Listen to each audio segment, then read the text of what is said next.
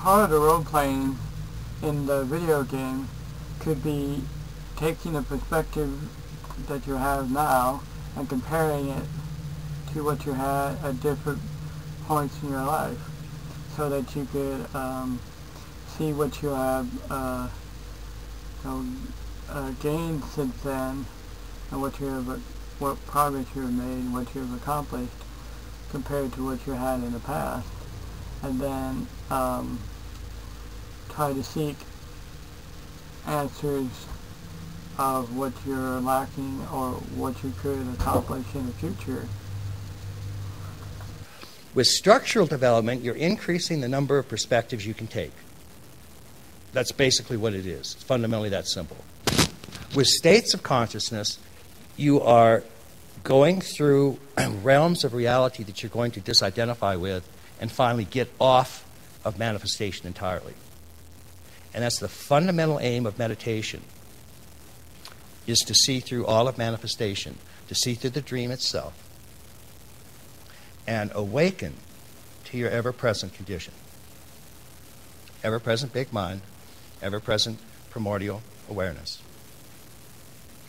And in both of these, both states and structures, you have a self-sense, a separate self, whose main function is identification, identity. It identifies with these.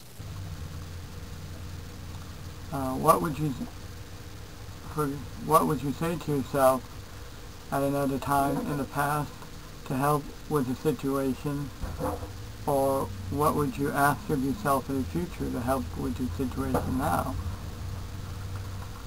Like, for example, what would I say to myself if I went back to my wedding day to help the marriage last longer and avoid the mistakes that made it fall apart? Or what would I ask myself in the future to help me get my career off the ground?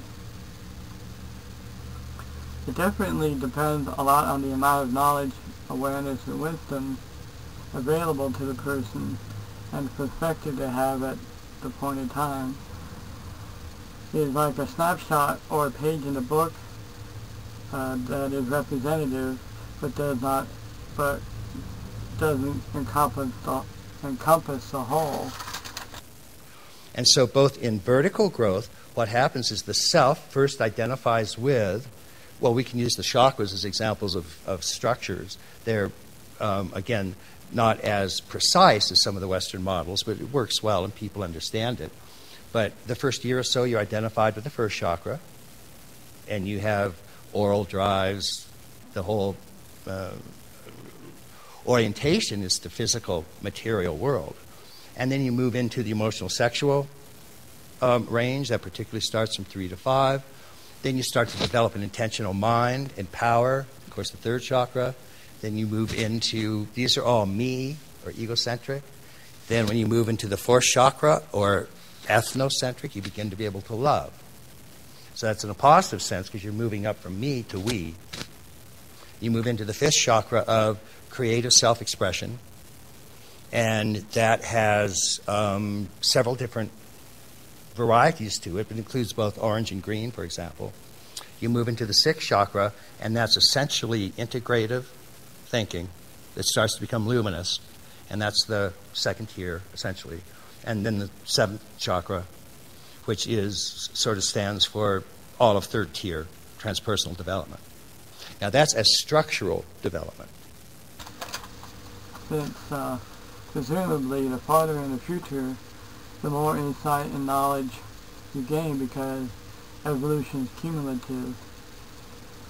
So if you could go back and impart more of yourself, then you might have the advantage of having more knowledge and more time to use it.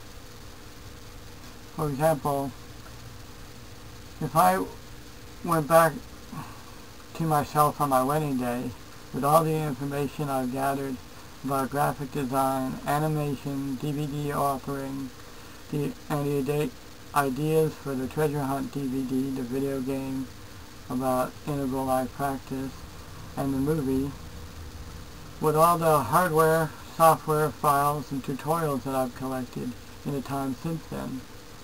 I could give them to myself and have a 6-year head start on getting more accomplished, so that maybe a lot of the reasons that the marriage failed would be avoided. And as you do that, every time you go up a structure, you're increasing the amount of perspectives you can hold. That's a fundamental aspect of what we would call vertical enlightenment. But at any one of those stages, you can turn right and get off the entire scale. You can be at amber or orange or green, and at any one of those you can undertake state training. Because what you're doing is, in structural development, you are stripping your identity with these lower chakras and increasingly identifying with higher chakras, higher structures of perspectives.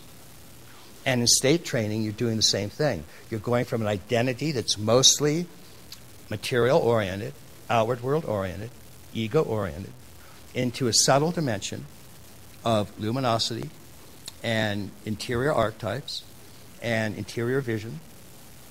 And then your identity goes from there, if you continue doing it, it goes into causal, unmanifest absorption. And from there into an awakening to ever-present witness or big mind.